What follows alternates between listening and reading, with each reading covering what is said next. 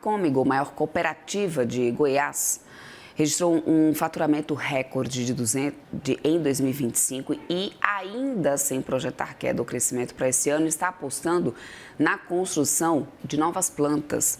Gustavo Lustosa, que é repórter do AgFeed, é quem traz agora mais informações para a gente sobre esse momento atual da empresa, meu querido. Muito bom dia para a gente, explica mais para a gente. Bom dia, Débora. Bom dia quem nos assiste na CNN Money. A gente tem costumado falar que o cenário aí para 2026 no agro está dado, né? A gente, além do crédito mais restrito que já vem de algum tempo, juros ainda alto, essa guerra aí no Oriente Médio ainda trouxe mais elementos, né? Uma alta no preço dos insumos, fertilizantes especificamente, mas também os químicos podem sofrer com isso pela questão da matéria-prima lá que chega na China.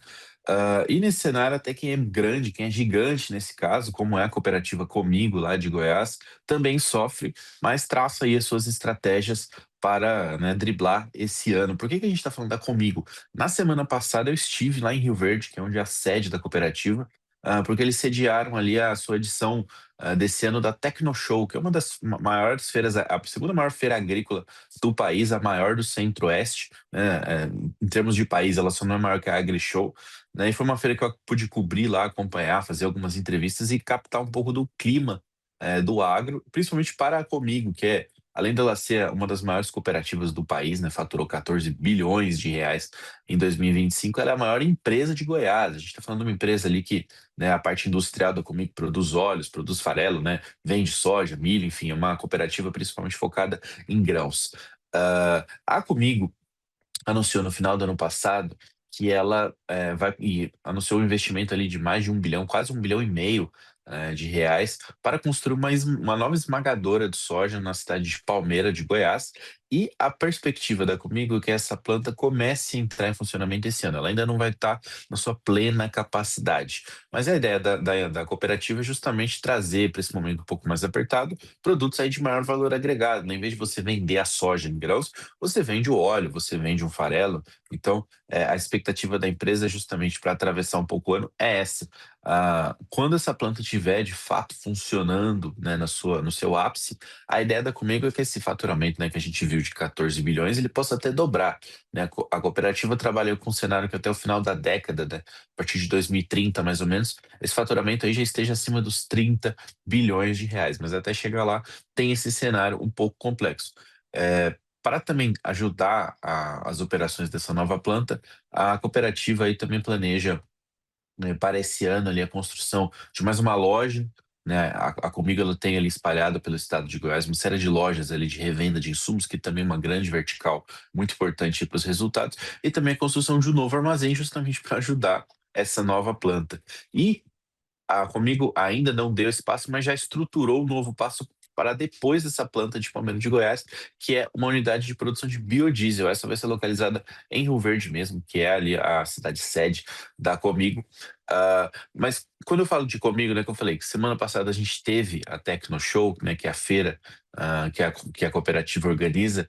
Essa feira deu muito o tom desse momento difícil para o agro que a gente está falando. No ano passado, que eu também estive lá na Tecnoshow, a feira fechou ali a semana, né? É sempre uma semana, de segunda a sexta, com cerca de 10 bilhões em negócios, né?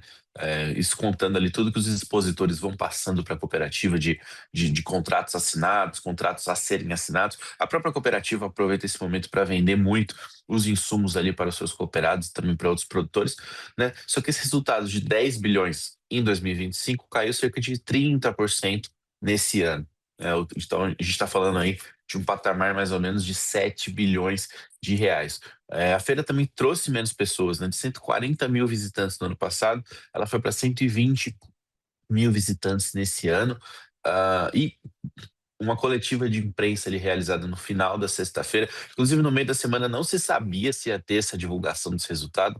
Outras feiras agrícolas do calendário antes dessa feira já tinham dito que não vamos divulgar, porque o resultado veio abaixo, né, indicando esse momento difícil. Mas a Comigo preferiu divulgar, achou que era bom ser transparente. E o que eles disseram foi o seguinte: a venda de insumos, ou seja, fertilizante, químicos, não teve nenhum problema. Ela inclusive deu até uma pequena acelerada, mas se manteve ali na faixa dos 1 bilhão 200 milhões de reais, similar ao visto no ano passado. A venda de caminhões e de caminhonetes também ficou similar. A grande queda veio na venda de máquinas agrícolas. A gente está falando aí, nesse caso, de uma queda de 50%.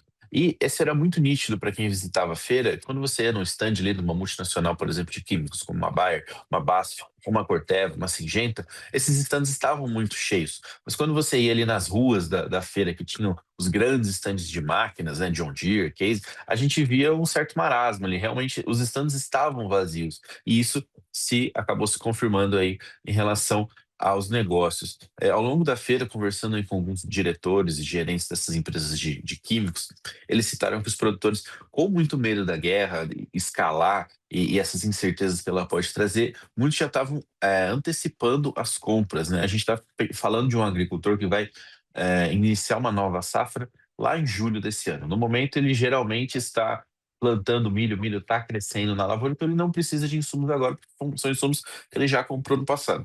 Mas ele já está antecipando uma compra de um produto que ele vai usar só a partir de, por exemplo, de setembro ou outubro, né? Isso contrariando um pouco o que a gente tem visto nos últimos anos, que o produtor deixa até o último momento para fazer essas compras. Ele já está comprando, já com medo de vai que fica tudo ainda mais caro, né? Os fertilizantes já encareceram de imediato, mas existe uma perspectiva de que os químicos também, né, os defensivos, nesse caso, também aumentem de preço. Então, esse era um movimento muito claro ali na feira, né? Essas empresas com stands muito cheios, com produtores ali buscando as alternativas, enquanto que máquina, que é um investimento que o produtor não precisa fazer todo ano. Ele pode passar alguma safra sem atualizar o seu maquinário, ou então buscar só uma atualização técnica ali, né? Não precisa comprar um novo trator, uma nova colheitadeira. E isso se manifestou aí nos negócios. Só que a questão é que comprar um pacote de defensivos é um preço, e trocar de máquina, você está falando de alguns milhões de reais. Então, é isso que acaba dando volume ali para os negócios de uma feira, e por isso que a Tecnoshow Comigo acabou aí com esses resultados abaixo do esperado, né? Porque a cooperativa planejava mais ou menos empatar em relação a 2025, ficar perto dos 10 bilhões, mas o que a gente viu foi esse recuo de 30%. Então, o cenário é esse: difícil, os produtores ainda mais receosos do que já estavam por conta dessa questão da guerra, mas uma cooperativa aí que né, fez caixa ao longo dos anos, traz bons resultados sempre, né? Sempre tem crescido seu faturamento nos últimos anos, se preparou, fez esse investimento nessa usina para tentar atravessar esse momento, Débora. A foto do momento do agro é isso, né? Inclusive, como eu falei, até para gigantes do segmento, esse momento aí não é dos melhores. Gustavo Lustosa, muito obrigado, meu querido, por trazer todas as informações, todos os detalhes sobre esse tema, sobre esse assunto. Uma boa segunda-feira para você. Até a próxima. Obrigado, Débora. Boa semana.